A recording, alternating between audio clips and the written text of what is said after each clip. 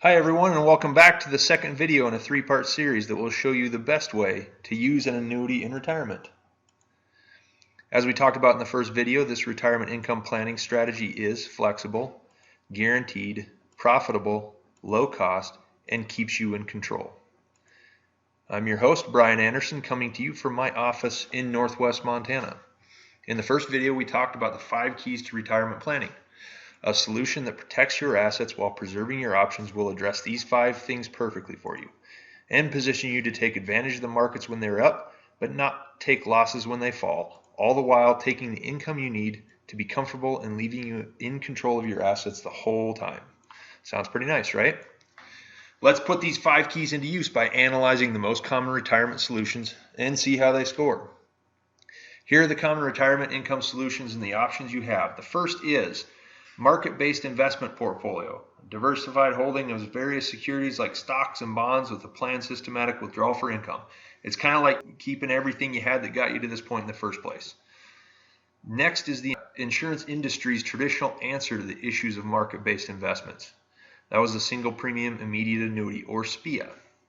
And finally, a more recent addition to the landscape is the hybrid annuity, and that's a blend of benefits to include income guarantees with the remainder cash value available using either an index or variable annuity. Here is how we're going to score each. When we analyze solutions, we can put them on this scorecard and easily compare the viability of each option. We'll take one common solution at a time and talk about how it scores. Guaranteed means it will happen come hell or high water. Potentially means it may, but depends on forces beyond your control. Not a chance means don't count on it no matter what. So let's start from the top. First is market-based investments or traditional asset management. Within the traditional market-based strategies are a lot of different alternatives. So let's take a look at it. For all intents and purposes, most of them work out the same. So stocks, bonds, systematic withdrawals. Market exposure to gains, so you can make some nice money, but you have a risk of loss as well. Just take a look at the chart to the right. See what happened. This is the S&P 500 just before the recovery of the past few years. If things go like they have since 2015, then you may as well just stay invested in the market. But you all remember times like this, which can cause a serious panic if you're trying to live off your assets. It is extremely volatile. Traditional management usually incorporates a substantial holding of bonds for safety, so I'm going to address that specifically. Interest rates are low, and so they don't produce a whole lot of cash flow, and the value of the bond is rate sensitive. Rates rise and bonds lose value, so the principal is locked unless you want to take a haircut. It's not a meaningful source of liquidity if you're trying to offset market volatility. Living off of interest is okay, but there's so much more to be earned elsewhere that it doesn't make a whole lot of sense.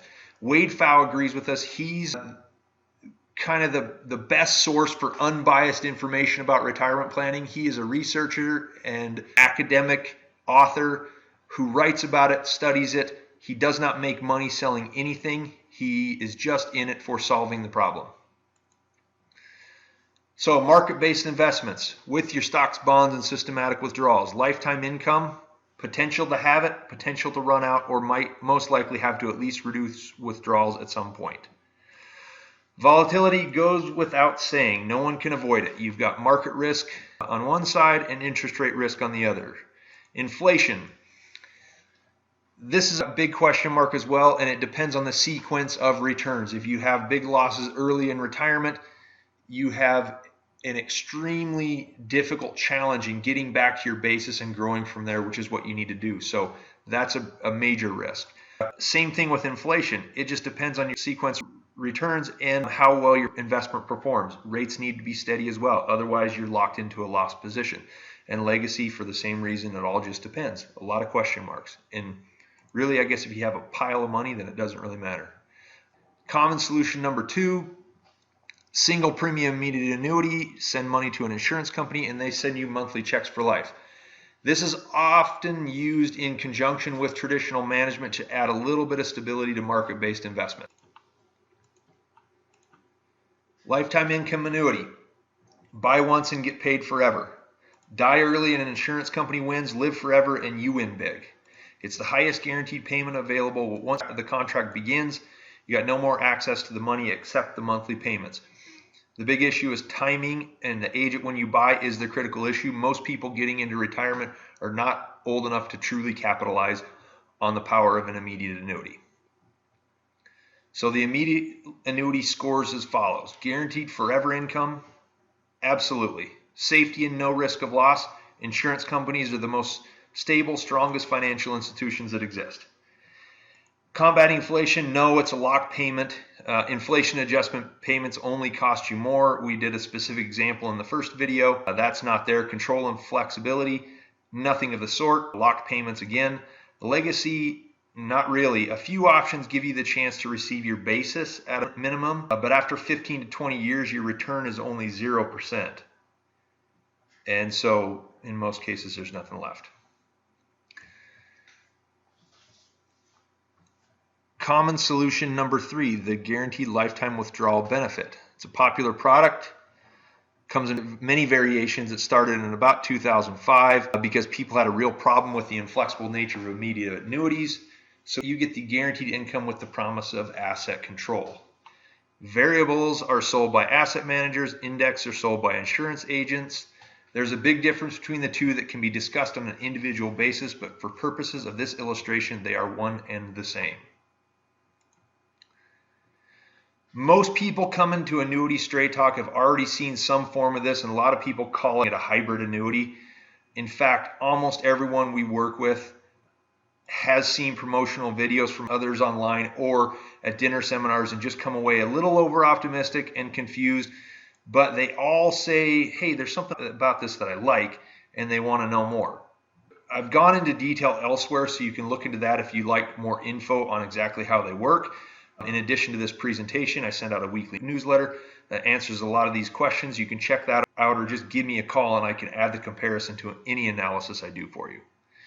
Index annuities in and of themselves are incredibly powerful tools, and there are great ways to use them that no one is talking about it, and you're going to see exactly what I mean when we get closer to the solution.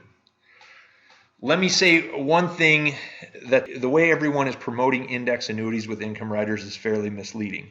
It's a complex product with too many working parts. The powerful underlying index annuity is watered down into a blend of benefits that do lots of things, but not any one thing really well. So let me make something else clear. I'm sure you've seen the Ken Fisher ads. He hates annuities. You may be surprised that I agree with a lot of what he says. I hate the wrong kinds of annuities as well, and you should stay away from them. The truth is, Ken Fisher is really only accurate in regards to variable annuities, so his ads are nothing more than competitive positioning. I've got several clients, true story, who do asset management with Fisher's firm and buy their annuities for me. So I'm not afraid to say that I love annuities, the right ones, and you should too. You've got to know the difference. Ken Fisher and the entire market-based investment crowd are only trying to sell you something else, and a little shock value helps their cause. So how does this one score? Hybrid annuity with a guaranteed lifetime withdrawal benefit, low growth potential, and a fee that really keeps it from running well. It's a nice idea, but I don't like it. Truth is, you'll get your guaranteed income because it's coming from an insurance company. You may have volatility and loss as well. Index annuities are only guaranteed to return zero if the market drops. So if that happens and you have a fee, then your account will lose value in some years, in addition to the reduction from taking income. And obviously variable annuities are in the market, so they're going to move up and down as well. Inflation protection, same as the SPIA, locked for life whether increasing or not. Inflation adjustments cost more upfront or for the same price and take 12 to 14 years on average to reach the initial level payment amount. The real catch, most contracts no longer offer inflation adjustments once the base account value reaches zero, which usually takes place in contract years 17 or 18. Very limited control. I'm giving it a thumbs down. Additional withdrawals above the level of guaranteed income are allowed. So you'll be told you have access to funds and control over the money, but those additional withdrawals will proportionally decrease guaranteed income figures, so it defeats the purpose of buying the rider in the first place. The control you get is very detrimental to the long-term profitability of the contract. It's a lose-lose situation. Legacy, not really in the cards. Combining income payments with rider fees results in the account value being depleted by contract year 18 on average. Furthermore, the most competitive income contracts available have little growth potential, so the likelihood of passing money to heirs is even less. The overall output, to be honest, is very low. Assume you're receiving 5% of your initial premium as income. Sometimes it's less. In 20 years, you will have received aggregate payments equal to that premium. In this situation, there's no real yield after 20 years. If income starts at age 65, then you don't recoup costs until age 85. It's something you should seriously think about. Let's put them all on the board at the same time. Not a whole lot of green out there, but you can kind of see how mixing and matching strategies can solidify the important components of your retirement plan. And that's honestly where I'm going with this. And it's going to talk about the optimal solution and the best way to use an annuity so you can maximize each of the 5 key areas of retirement planning. So what's up next?